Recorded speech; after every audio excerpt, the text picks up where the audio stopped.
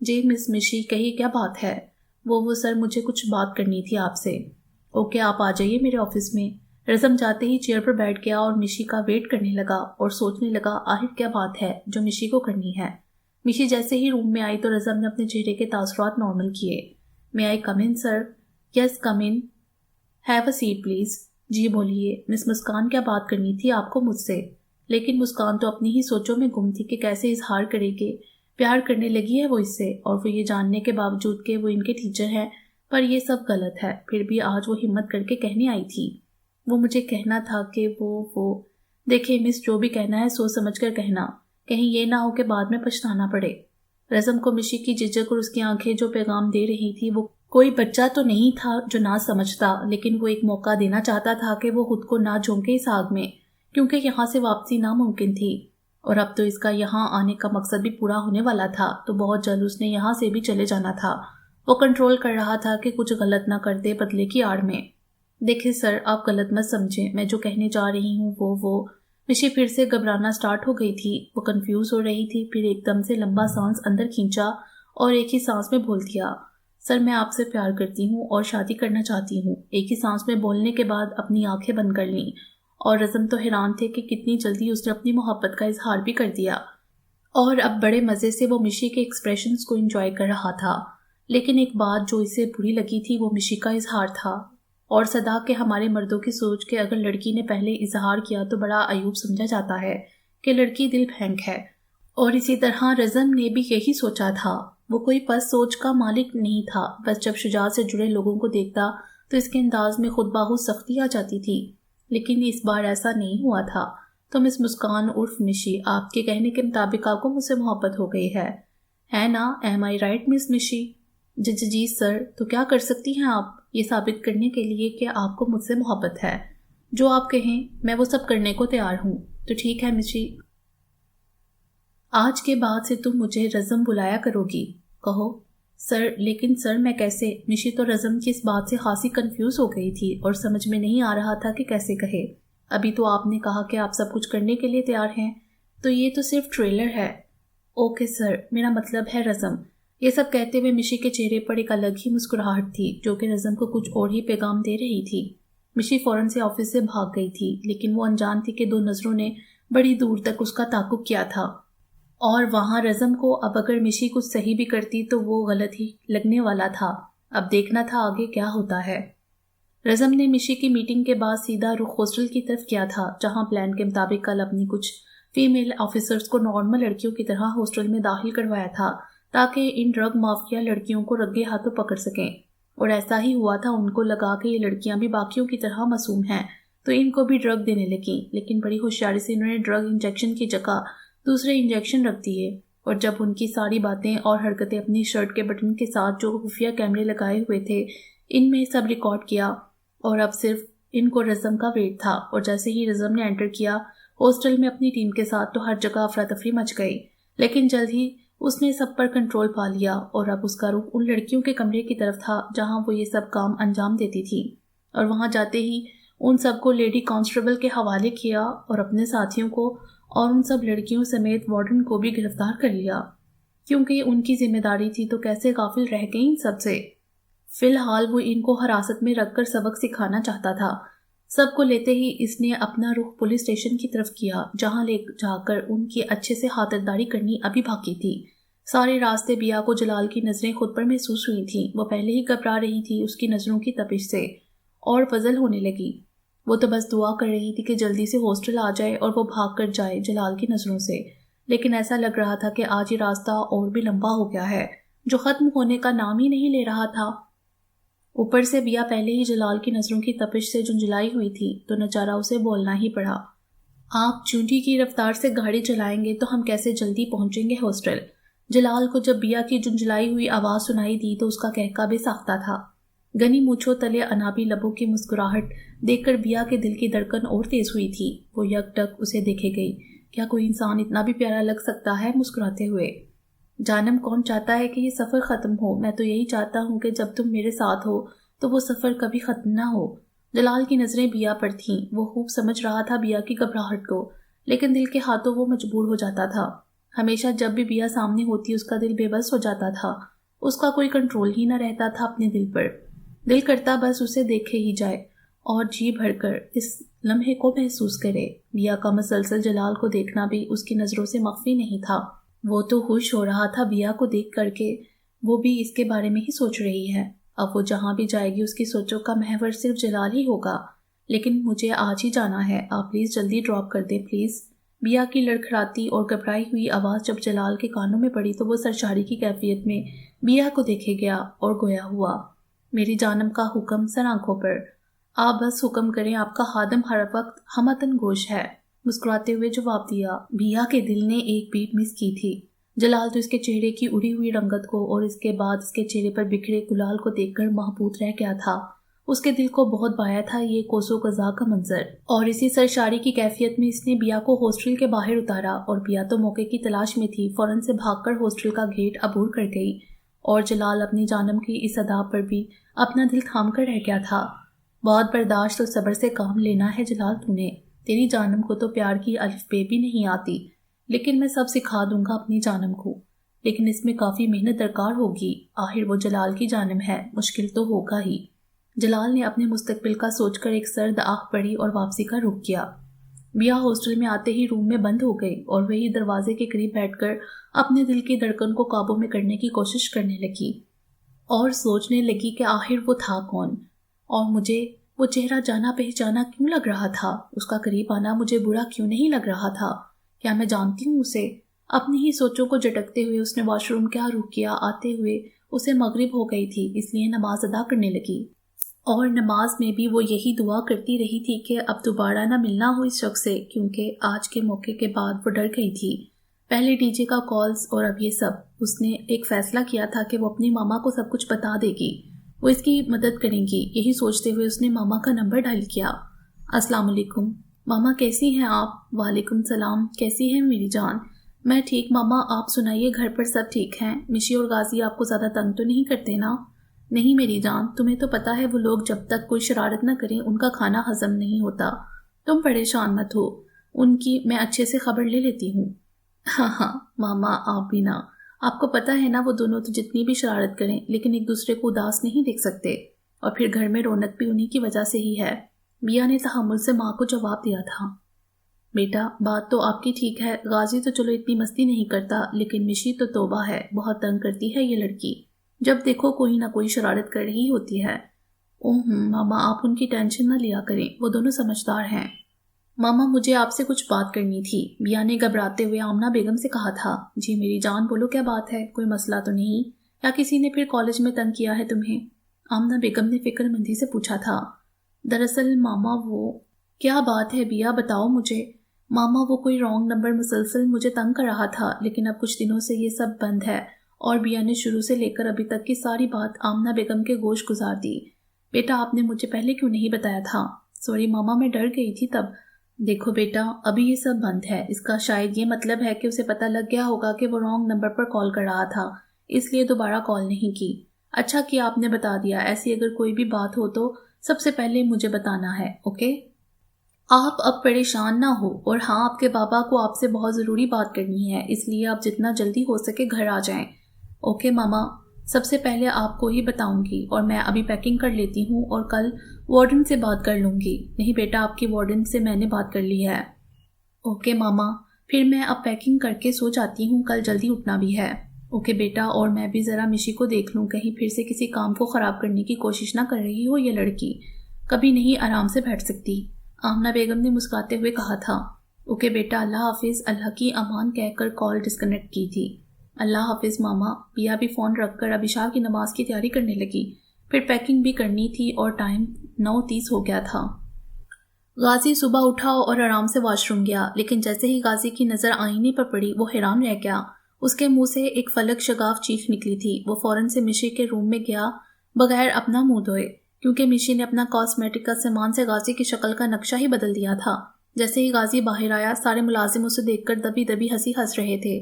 غازی نے جیسے ہی مشی کو روم سے نکلتے دیکھا، فوراً اس کی طرف لپکا، لیکن مشی غازی کو دیکھتے ہی کہکا لگاتی وہاں سے بھاگ گئی۔ غازی تو پوری سپیڈ سے مشی تک پہنچنے کی کوشش کر رہا تھا، لیکن وہ بھی ہاتھ نہیں آ رہی تھی۔ لیکن بھاگتے ہوئے بھی وہ مسلسل ہنسے جا رہی تھی۔ غازی لگ ہی ایسا رہا تھا۔ بھائی آپ آج غازی بھائی نہیں بلکہ بالکل غزالہ بھائی لگ رہے ہیں۔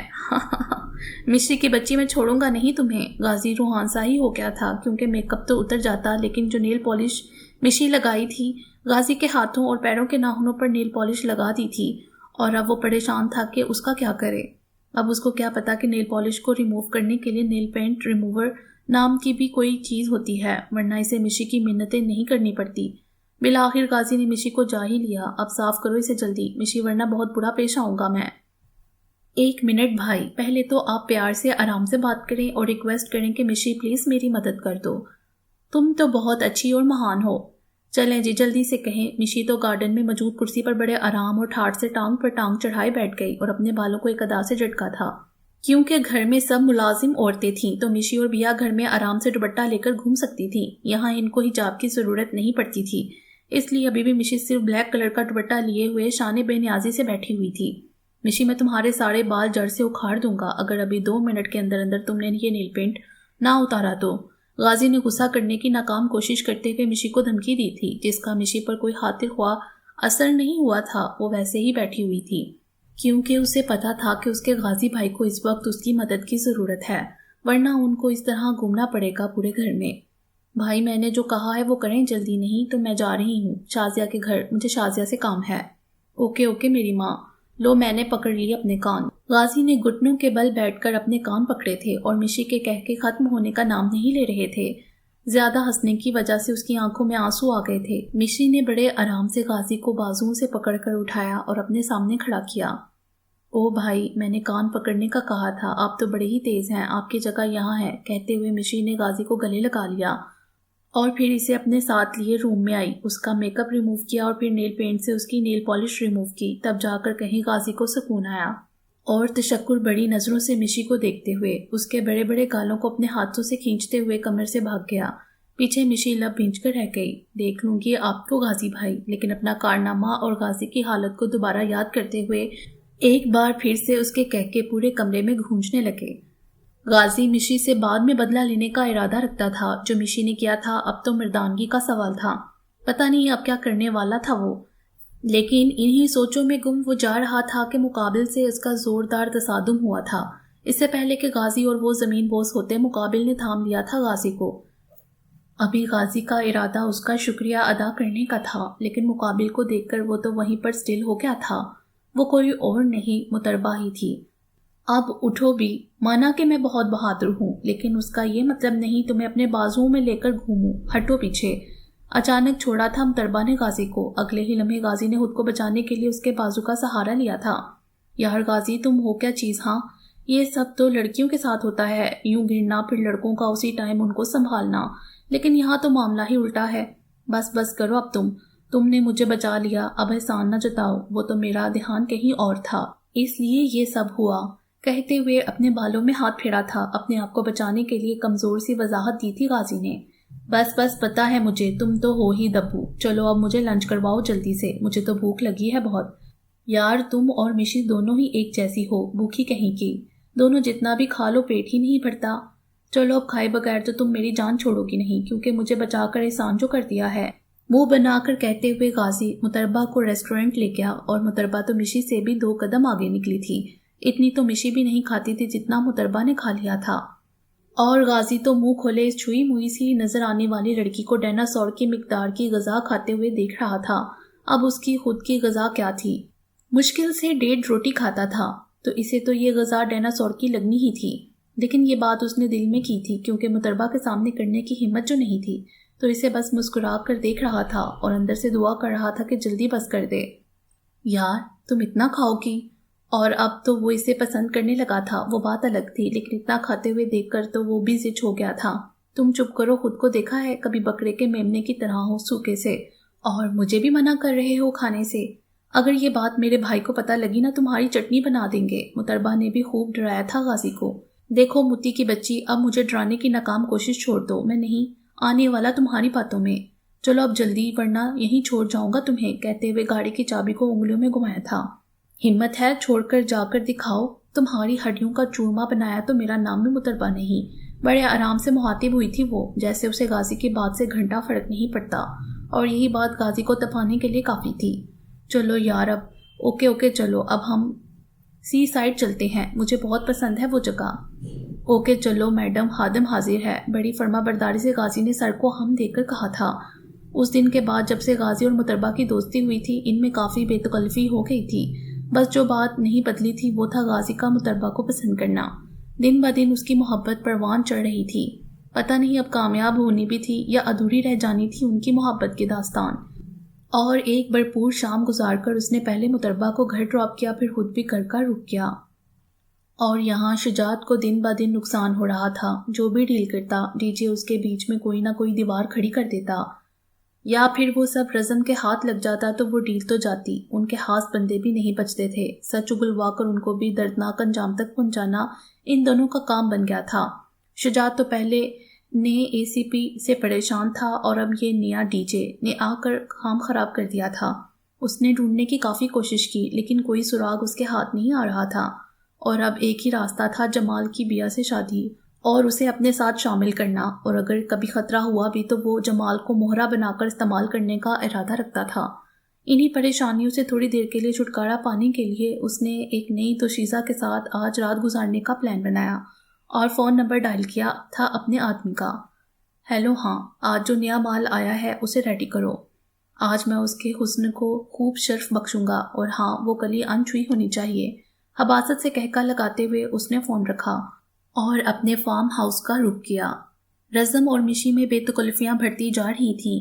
یہاں یہ کہنا بہتر ہوگا کہ مشی کی طرف سے یہ سب ہو رہا تھا، اور رزم تو بس اس کی ہاں میں ہاں ملاتا تھا، کیونکہ اس کا مقصد تو شجاعت کی بربادی تھی، اور اس مقصد کے لیے ہی تو وہ مشی سے نزدیکیاں بڑھا رہا تھا۔ اس کی کیئر کرنا، اسے اپنے ہونے کا احساس دلانا، ہر وقت یہ سب پلان ہی تو تھا اس کا۔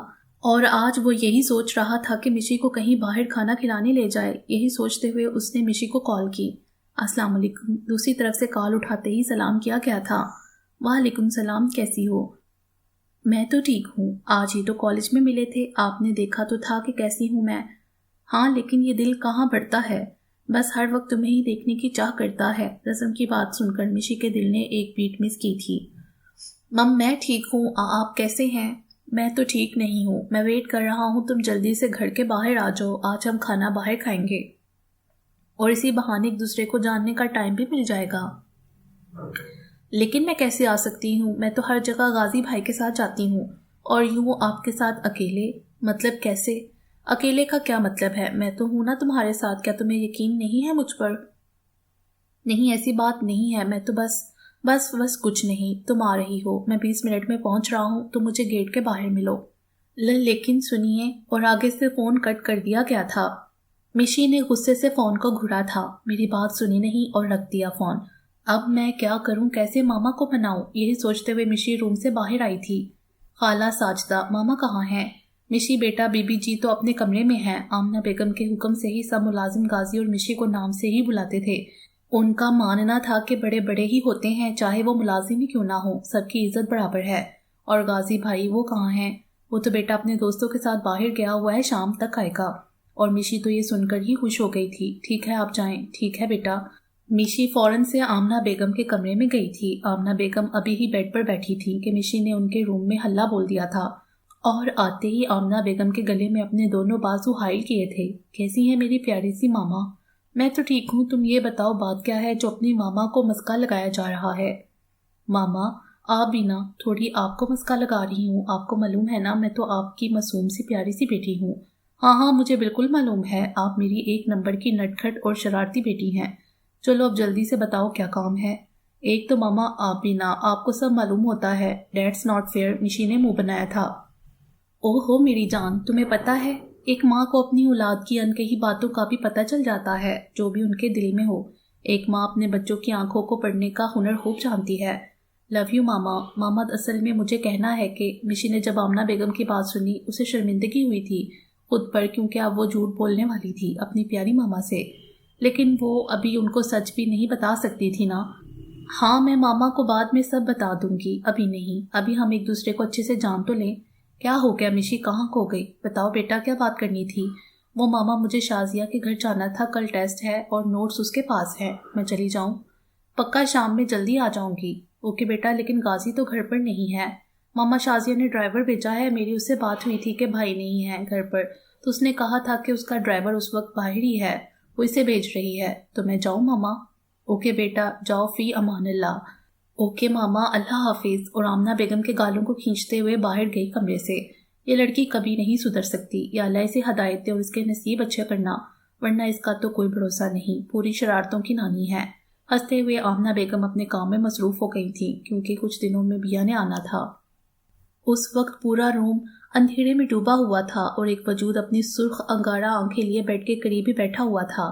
وہ کوئی اور نہیں بلکہ رزم ہی تھا۔ رزم نے فون رکھنے کے بعد اپنے ہاتھ میں جو بچی ہوئی سگریٹ تھی اسے پاؤں کے نیچے دیکھ کر مسل دیا تھا اور ایک اور سگریٹ نکالا تھا پیکٹ سے۔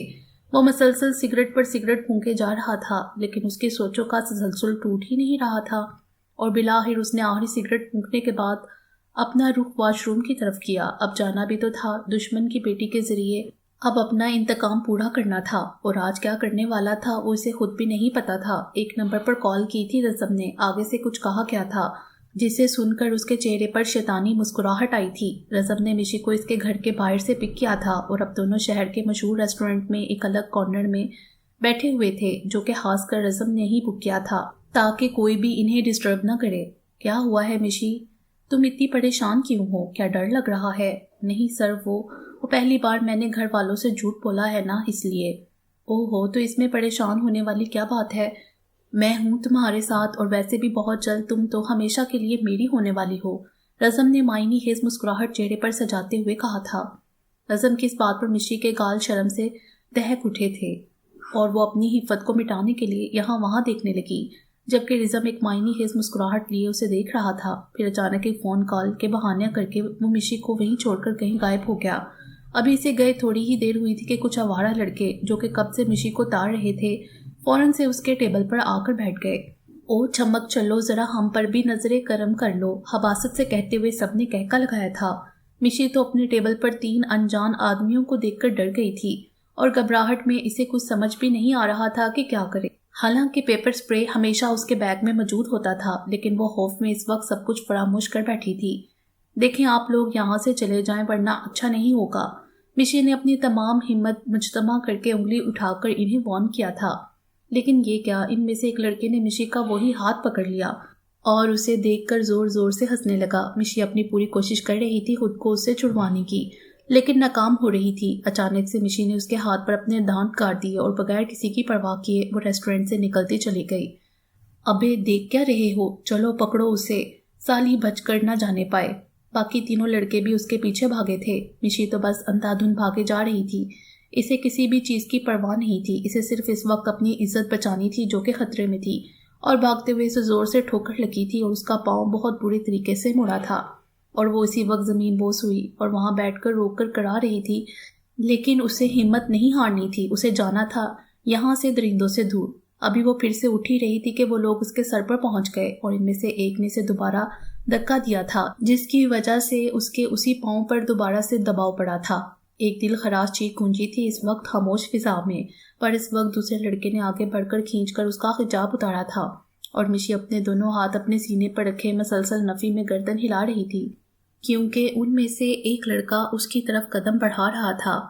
مشی کوس رہی تھی اس لمحے کو جب وہ ریسٹورنٹ سے باہر نکلی تھی، اگر وہیں پر کسی سے مدد مانگ لیتی تو یہ سب نہ ہوتا۔ پتہ نہیں رزم بھی کہاں تھا، وہ کیوں نہیں آیا تھا، وہ تو بس اپنے رب کے حضور ایک ہی دعا کر رہی تھی کہ وہ کسی کو بھیج دے، اس کی عزت کو مجروح ہونے سے بچا لے۔ ابھی ایک نے اس کی طرف ہاتھ بڑھایا ہی تھا کہ اگلے لمحے وہ زمین پر اوندھے منہ پڑا کرا رہا تھا۔ مشی نے جب عجیب سی آواز سنی تو فوراً اپنا سر اٹھا کر آنے والے مسیحا کو دیکھا، وہ کوئی اور نہیں بلکہ رزم ہی تھا۔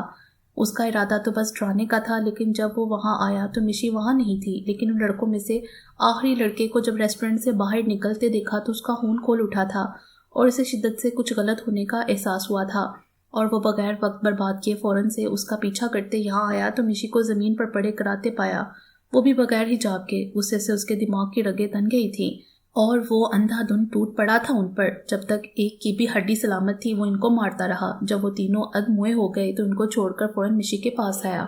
مشی تو رو رو کر اپنے رب کا شکر ادا کر رہی تھی کہ اس نے اس کی عزت کو داغدار ہونے سے بچا لیا تھا۔ رزم نے مشی کو اس کا حجاب اڑایا تھا، اور مشی کو کیا چاہیے تھا اس وقت؟ اسے ایک سہارے کی ضرورت تھی۔ وہ فوراً سے رزم کے گلے لگ گئی اور پھوٹ پھوٹ کر رونے لگی۔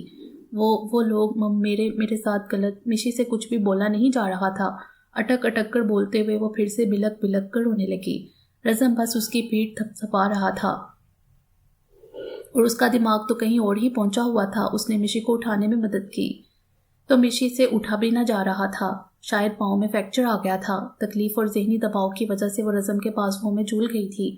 رزم نے مشی کو اپنے بازوؤں میں اٹھایا اور کار میں بٹھا کر خود بھی ڈرائیونگ سیٹ پر آ کر بیٹھ گیا۔ اب اس کا رخ ہسپتال کی طرف تھا۔ ہسپتال سے اس کے پیر پر پلاسٹر لگوا کر وہ اسے اپنے فلیٹ میں لے آیا تھا۔ مشی ابھی تک بے ہوش تھی۔ ڈاکٹر نے دوائی دی تھی اور کہا تھا تھوڑی دیر تک مشی کو ہوش آ جائے گا۔ رزم کے ذہن میں اس وقت بہت کچھ چل رہا تھا، لیکن وہ چاہ کر بھی کچھ غلط نہیں کر پا رہا تھا۔ سوچ کر اس کا دماغ خراب ہو رہا تھا کہ اگر ٹائم پر نہ پہنچا تو اس سے آگے اس سے سوچا بھی نہیں جا رہا تھا۔ لیکن اب اس نے سوچ لیا تھا، اب دوبارہ وہ ایسا کچھ بھی نہیں کرے گا۔ ابھی وہ انہی سوچوں میں تھا کہ روم میں کچھ کھٹکا کی آواز سے وہ فوراً کمرے میں گیا جہاں مشی پانی پینے کے لیے گلاس اٹھا رہی تھی۔ رزم نے گلاس میں پانی ڈالا اور مشی کو سہارا دے کر بٹھایا تھا اور خود پانی پلایا تھا۔ اب کیسی ہے طبیعت؟ تم ٹھیک ہو؟ پاؤں میں زیادہ درد تو نہیں ہو رہا؟ رزم نے تو سوالوں کی بوچھار کرتی تھی۔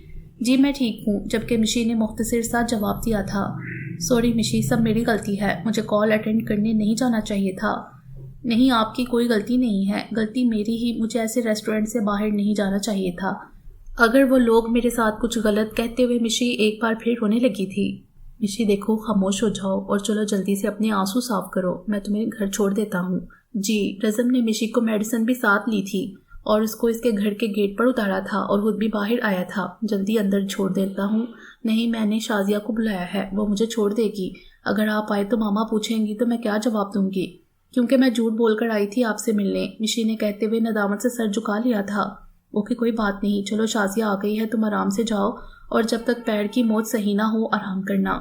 کالج آنے کی ضرورت نہیں ہے، اوکے؟ مسکرا کر کہتے ہوئے رزم وہاں سے چلا گیا تھا اور مشی شازیہ کے ساتھ گھر میں داخل ہوئی تھی۔ بیا صبح صبح ناشتہ کر کے تیار ہو گئی تھی۔ وہ جیسے ہی ہاسٹل سے باہر آئی، گاڑی وہاں پر پہلے سے ہی موجود تھی اور ڈرائیور بھی بیا جاتے ہی گاڑی میں بیٹھ گئی۔ چلے انکل، جلدی سے گاڑی سٹارٹ کریں اور آپ پلیز آج اچھے سے راستے سے لے کر جائیے گا کیونکہ پچھلی بار بھی اتنا ٹریفک تھا۔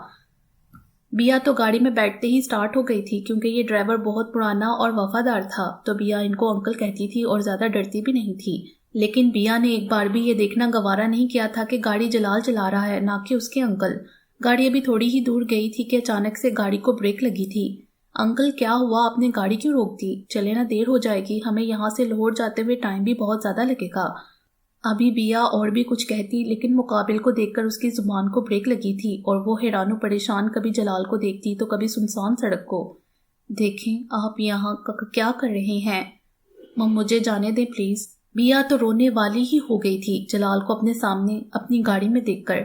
جانم، ساری باتیں ہم بعد میں کر لیں گے، سفر بہت لمبا ہے، پورے 14 گھنٹے ہیں، جو کہ میرے لیے تو کم ہے لیکن تمہارے لیے بہت زیادہ ہیں۔ جلال شوق ہوا تھا۔ چلو شاباش، آرام سے آگے آ جاؤ، وہ کیا ہے نا، میں اکیلا بور ہو رہا ہوں آگے۔ تم چاہو تو مجھے ڈرائیور بھی سمجھ سکتی ہو کیونکہ یہ آپ کا خادم ہی ہے، لیکن آ کر یہاں بیٹھنا ہوگا۔ بیا نے فوراً نفی میں سر ہلایا تھا لیکن جلال کی گھڑی دیکھ کر ڈر بھی گئی تھی۔ دیکھو جانم، میں آرام سے کہہ رہا ہوں، آ جاؤ آگے، ورنہ میں خود لاؤں گا تو تمہیں برا لگے گا اور میں اب تمہیں ناراض نہیں کر سکتا نا۔ چلو آ جاؤ۔ لیکن جب جلال کے کہنے پر بھی بیا نہ آئی تو نجار جلال اٹھا اور اپنی سائیڈ کا ڈور اوپن کیا اور بیا کی طرف جا کر کھڑا ہو گیا اور اس کی سائیڈ کا دروازہ کھول کر اسے بازو میں اٹھایا اور بڑے آرام سے اسے فرنٹ سیٹ پر بٹھا دیا اور اس کی سیٹ بیلٹ باندھنے لگا۔ جب تک جلال اپنا کام کر رہا تھا بیا سانس روکے بس اسے یکٹک دیکھ رہی تھی۔ جیسے ہی جلال سیٹ بیلٹ باندھ کر ہٹا، بیا نے سکھ کا سانس لیا تھا۔ دیکھیں، آپ یہ سب غلط کر رہی ہیں، میں ماما کو بتا دوں گی اور بابا کو بھی۔ بیا نے اپنی طرف سے تو اچھی خاصی دھمکی دی تھی لیکن جلال پر اس کا کوئی اثر نہیں ہوا تھا۔ وہ تو الٹا اس کی بات سن کر مسکرا رہا تھا۔ جانم، اس دنیا میں کوئی بھی ایسا انسان نہیں پیدا ہوا جو جلال سے اس کی بیا کو الگ کرنا تو دور، اسے مجھ سے دور کرنے کے بارے میں سوچ بھی نہیں سکتا کیونکہ جلال نے معاف کرنا سیکھا ہی نہیں ہے۔ بہت کوشش کے باوجود بھی اس کے چہرے کے تاثرات سخت ہو گئے تھے۔ کیونکہ بیا کا خود سے دور ہونے کا سوچ کر اس کے تاثرات فوراً بدلے تھے، لیکن جلال نے جلد ہی ان پر قابو پا لیا تھا اور نرم نظروں سے بیا کو دیکھا تھا، جو کہ جلال کے سرد تاثرات دیکھ کر اسے مزید خوفزدہ ہو گئی تھی۔ اس لیے جلال نے بھی فوراً سے بات بدلی تھی۔ ویسے جانم تم نے بتایا نہیں، تمہیں گھر کیسا لگا تھا ہمارا؟ بالکل بھی اچھا نہیں تھا، بے اختیار بیا کی زبان سے پھسلا تھا، جبکہ جلال اس کی بات سن کر بے اختیار مسکرایا تھا۔ جانم مجھے پتا ہے تمہیں وہ گھر کتنا برا لگا ہے، تو چلو اب نیا گھر بناتے ہوئے میں ہر چیز تمہاری مرضی سے کرواؤں گا، لیکن اس کے لیے تمہیں میرے ساتھ ہی رہنا پڑے گا۔ جلال کی بات سن کر بیا فوراً سے بولی تھی، نہیں، کس نے کہا وہ گھر برا ہے؟ وہ تو بالکل ویسا ہے جیسا میں نے بچپن سے سوچا تھا، بالکل میرے خوابوں جیسا۔ میں تو دیکھ کر حیران رہ گئی تھی کہ کوئی کیسے کسی خیالوں کو حقیقت میں بدل سکتا ہے۔ وہ گھر سچ میں بہت پیارا ہے، میں تو مذاق کر رہی تھی۔ بیا نے جلدی سے اپنی صفائی پیش کی تھی، مبادا وہ سچ میں اسے اپنے ساتھ ہی نہ لے جائے۔ جلال بیا کی باتوں پر بے اختیار مسکرائے جا رہا تھا۔ اس طرح انہیں سفر کرتے ہوئے 6 گھنٹے گزر گئے تھے اور اسی دوران بیا بھی سو گئی تھی۔ جلال نے بٹن دبا کر بیا کی سیٹ کو پیچھے کی طرف موو کر دیا تھا تاکہ وہ آرام سے سو سکے۔ مزید 2 گھنٹے سفر طے کر کے جلال نے ایک جگہ گاڑی روکی اور بیا اور اپنے لیے کھانا لے کر آیا۔ تب تک بیا کی بھی بھوک کی وجہ سے آنکھ کھل گئی تھی اور جلال کو پتا تھا کہ بیا کو کھانا ٹائم پر کھانے کی عادت ہے۔ دونوں نے مل کر کھانا کھایا اور پھر سے سفر شروع ہو گیا تھا، جو کہ مزید 8 گھنٹوں کا تھا۔ بیا تو پھر سے سو گئی تھی، اس کی عادت تھی سفر سو کر گزارنے کی، لیکن جلال بھی کم ہی نہیں تھا، وقفے وقفے سے اسے جگا دیتا اور اس سے باتیں کر لیتا۔ ان کو لاہور پہنچتے ہوئے رات کے 12 بج گئے تھے۔ مزید 1 گھنٹے میں وہ گھر پہنچنے والے تھے، جبکہ جلال کا دل کر رہا تھا یہ سفر ختم ہی نہ ہو کبھی بھی، لیکن اس کی انہی سوچوں میں گھر آ گیا تھا اور ناچار اسے بیا کو چھوڑ کر جانا پڑا۔ بیا کا ڈرائیور وہیں اس کا انتظار کر رہا تھا۔ جلال گاڑی سے اترا تو فوراً ڈرائیور نے اپنی جگہ سنبھال لی اور ٹھیک 5 منٹ کی ڈرائیو پر وہ گھر پہنچ گئے۔ اس وقت رات کے 2 بجنے والے تھے۔ مشی جیسے ہی گھر آئی تھی، آمنہ بیگم تو اسے اس حال میں دیکھ کر رو ہی گئی تھی۔ پوچھنے پر مشی نے بات کو یہ کہہ کر ٹال دیا کہ وہ جلدی میں سیڑھیاں اتر رہی تھی تو پیر مڑنے کی وجہ سے فریکچر ہو گیا ہے۔ مشی کو کمرے میں لٹا کر آمنہ بیگم نے اسے دوائی دی، جس کے زیر اثر وہ اب سو رہی تھی۔ رات کے 12 بجنے والے تھے، اب بیا بھی آنے والی تھی۔ آمنہ بیگم اور غازی بیا کا ویٹ کر رہے تھے۔ غازی تو پریشان ہو گیا تھا مشی کو لے کر، لیکن جب کمرے میں گیا تو مشی سو رہی تھی، لیکن اس کے پیر کو دیکھ کر اس پر شیطانی سوار ہوئی تھی اور اس نے اس پر عمل بھی کیا تھا، اور اب تو کچھ دن تک مشی کچھ بھی نہیں کر سکے گی، یہ سوچ کر وہ اور خوش ہو گیا تھا۔ بیا رات 2 بجے گھر پہنچی تھی اور سب سے پہلے جس شخص نے اس کا استقبال کیا تھا وہ تھے اس کے بابا۔ بابا جانی، کیسے ہیں آپ؟ میں ٹھیک، میری گڑیا کیسی ہے؟ میں بھی ٹھیک ہوں بابا جانی، مسکرا کر جواب دیتے بیا آمنہ بیگم اور غازی سے ملی تھی۔ پھر سوتے ہوئے انہیں 3 بج گئے تھے۔ اگلے دن تو اور بھی بزی ہو گیا تھا۔ پورا دن مشی درد کرتی رہی اور بیا اس کے آگے پیچھے گھومتی رہی تھی، اور شام میں اس کے ماما بابا نے اسے جمال کے بارے میں بتایا تھا اور بیا کو نکاح کے لیے راضی بھی کر لیا تھا۔ بہت محنت سے اسے راضی کیا تھا، پہلے تو وہ مان ہی نہیں رہی تھی، لیکن سب نے مل کر منا لیا تھا اور اگلے ہفتے کی نکاح کی ڈیٹ فائنل ہوئی تھی۔ دن بھر کے تھکا دینے والے سفر میں بھی جلال کے سنگ، جو کہ کوئی بھی کسر نہیں چھوڑ رہا تھا بیا کو تنگ کرنے کی، اپنی طرف سے تو وہ یادگار بنا رہا تھا سفر۔ لیکن بیا بیچاری کیا کرتی، اسے تو کچھ نہیں پتا تھا نا۔ اور پھر گھر آ کر بیا اور تھک گئی تھی، کیونکہ مشی کو فریکچر جو ہو گیا تھا وہ تو سب کچھ بھلا کر مشی کو لے کر پریشان ہو گئی تھی، اور دن بھر کی تھکاوٹ کے باعث بیا نماز ادا کرتے ہی میٹھی نیند سو گئی تھی۔ لیکن کوئی تھا جو کھڑکی سے بڑے آرام سے کمرے کے اندر آ گیا تھا اور اب آرام سے بیا کے پاس بیڈ پر براجمان ہو گیا تھا اور بڑے غور سے اسے دیکھنے میں مصروف تھا۔ آج ہی تو اس نے بیا کو جی بھر کر سچ کیا تھا اور اب پھر سے اس کا دیدار کرنے پہنچ گیا تھا۔ وہ جتنا اس کے پاس رہتا اس کا دل مچلتا تھا کہ وہ بیا کو دور لے جائے، سب سے دور، جہاں صرف وہ اور اس کی بیا ہو اور کوئی نہ ہو۔ وہ بس اپنی پوری زندگی اس کے سنگ گزارنا چاہتا تھا، اور اب تو یہ سب ہونے ہی والا تھا۔ کچھ ہی دنوں میں وہ اور بیا نکاح کے پاک بندھن میں بن جائیں گے۔ نکاح تو بچپن میں ہی ہو گیا تھا، اب تو صرف بیا کی وجہ سے دوبارہ یہ سب ہو رہا تھا، اور شجاعت کی وجہ سے، کیونکہ شجاعت کی نظروں میں تو جلال بچپن میں ہی مر چکا تھا، تو وہ اپنے مقصد کے لیے بیا کو بھی استعمال کر سکتا تھا، اور جلال کے ہوتے ہوئے یہ سب ناممکن تھا، کیونکہ بیا کی طرف بڑھتا ہوا ہر ہاتھ کاٹنے میں جلال نے ایک بار بھی ہچکچانا نہیں تھا۔ لیکن وہ اپنی جانب کا کیا کرتا، وہ تھا ہی معصوم، اور جلال نے فیصلہ کیا تھا کہ وہ کبھی بھی بیا کو کچھ پتہ نہیں لگنے دے گا۔ شجاعت کے بارے میں انہی سوچوں میں وہ کب بیا کے پاس اس کے ساتھ ہی لیٹ گیا تھا اسے پتہ ہی نہ چلا تھا اور اسے اپنے حصار میں لے لیا تھا، کیونکہ وہ جانتا تھا اب وہ صبح سے پہلے نہیں اٹھنے والی۔ ویسے بھی وہ نیند کی پکی تھی، لیکن اس کے باوجود بھی وہ صبح فجر کے وقت اٹھ جاتی تھی۔ اس کے بالوں میں منہ چھپا کر وہ آرام سے سونے کی کوشش کرنے لگا، جو کہ ناممکن تھا، کیونکہ یہی تو ٹائم تھا جب وہ بیا کے پاس تھا اور صبح ہوتے اسے بیا کے اٹھنے سے پہلے ہی واپس جانا تھا۔ بیا تھوڑا کسمسائی تھی، لیکن پھر وہ بھی آرام سے سو گئی تھی۔ جلال کے چہرے پر ایک پرپور مسکراہٹ نے اپنی چھاپ دکھائی تھی۔ غازی کالج آیا تو مطربہ وہیں پر اس کا ویٹ کر رہی تھی، فوراً سے اس کے پاس آئی۔ غازی مشی کیسی ہے، اس کو چوٹ کیسے لگی، اب وہ ٹھیک ہے نا؟ ہاں یار، وہ شازیہ کے گھر گئی تھی اور وہاں پر سیڑھیوں سے گر گئی تھی، اب ٹھیک ہے، اس کا پلاسٹر لگا ہوا ہے، کچھ دنوں تک ٹھیک ہو جائے گی۔ اچھا چلو کلاس کے بعد ملتے ہیں کینٹین میں۔ متی کبھی تم کھانے کے علاوہ بھی سوچ لیا کرو کچھ۔ نہیں، مجھے کچھ نہیں سوچنا۔ اوکے، اب جاؤ کلاس میں زیادہ ابا نہ بنو، وہ بنا کر کہتی مطربہ اپنی کلاس میں چلی گئی۔ پاگل ہے یہ لڑکی۔ قاضی تو نے بھی کس پاگل سے دل لگا لیا ہے، سوچتے ہوئے وہ بھی کلاس میں چلا گیا۔ کلاس ختم ہوتے ہی دونوں جا رہے تھے کہ کچھ لڑکوں کی مطربہ سے ٹکر ہو گئی، یوں لگ رہا تھا وہ جان بوجھ کر ٹکرائے ہوں۔ مطربہ میدان میں اترتی غازی اسے لے کر وہاں سے چلا گیا۔ مشی جب صبح اٹھی تو اس کی نظر اپنے پاؤں پر گئی اور پاؤں کو دیکھتے اسے اندازہ ہو گیا تھا کہ یہ حرکت کس نے کی ہے، کیونکہ غازی کے سوا کوئی بھی یہ سب نہیں کر سکتا تھا۔ پاؤں کو دیکھ کر پہلے تو وہ غصہ ہوئی، لیکن پھر خود ہی مسکرانے لگی، کیونکہ غازی نے پاؤں کے پلاسٹر پر مارکر سے گیٹ ویل سون لکھ کر اس کے آگے 2 سے 3 فنی ایموجی بنا دیے تھے۔ ابھی مشی مسکرا رہی تھی کہ آمنہ بیگم کمرے میں داخل ہوئی۔ بیٹا اب طبیعت کیسی ہے، میری پیاری سی گڑیا کی؟ آمنہ بیگم نے ناشتے کی ٹرے سامنے صوفے پر رکھی اور مشی کے پاس بیٹھ کر اس کے بالوں میں ہاتھ پھیرنے لگیں۔ مشی تو حیرانگی سے اپنی ماں کو دیکھنے لگی کہ ہمیشہ تو مجھے ڈانٹ پڑتی ہے، آج یہ سورج کہاں سے نکلا؟ اور صدا کی مشی کی عادت اس کی زبان میں کھجلی ہوئی تھی، فوراً بولی، ماما یہ آپ ہی ہیں نا، کہیں کوئی اور ماما تو نہیں لے آئے بابا؟ آپ صحیح کمرے میں آئی ہیں نا، یہ آپ کی مشی کا کمرہ ہے اور میں مشی ہوں۔ آج آپ مجھے ڈانٹ بھی نہیں رہی؟ مشی نے اپنے دل میں مچلتا سوال آخرکار پوچھ ہی لیا تھا، اور بدلے میں آمنہ بیگم نے اسے ایک گھڑی سے نوازا تھا۔ مشی میری جان، جب غلطی کرتی ہو تو تب ماما غصہ کرتی ہے نا، اور میری مشی تو بہادر ہے۔ چلو آرام سے اور خاموشی سے چپ چاپ یہ سوپ پی لو، پھر دوائی بھی کھانی ہے۔